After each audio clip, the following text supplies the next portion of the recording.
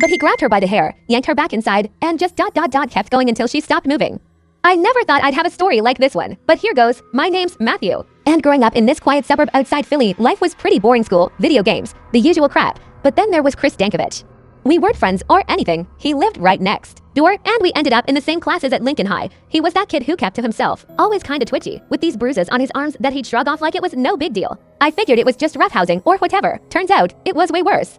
It was a Tuesday afternoon, I think freshman year, so I was 14, and Chris was probably 15. I was walking home from school. Like always, backpack slung over one shoulder, kicking at rocks on the sidewalk. As I turned onto our street, there were cop cars everywhere, lights flashing, yellow tape strung up across his front yard. Neighbors were huddled on their lawns, whispering. I slowed down, trying not to stare, but you couldn't miss it. Blood smeared all over the front porch steps, dark and sticky looking, trailing from the door like someone had dragged a body through it. The air smelled like copper and rain.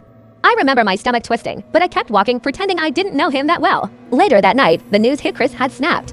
He'd stabbed his mom over 100 times, they said. She was in the kitchen making dinner when it started, and she made it as far as the front door, screaming for help, clawing at the screen to get out. But he grabbed her by the hair, yanked her back inside, and just kept going until she stopped moving. The cops found the knife still in his hand when they busted in. Everyone in the neighborhood was freaking out. How could a kid do that? His dad had split years ago, and from what people whispered, his mom was no saint. Beat the hell out of him regular with belts, fists, whatever she could grab when she was drunk or pissed. Broke bones, left scars, but still, Jesus, 100 times.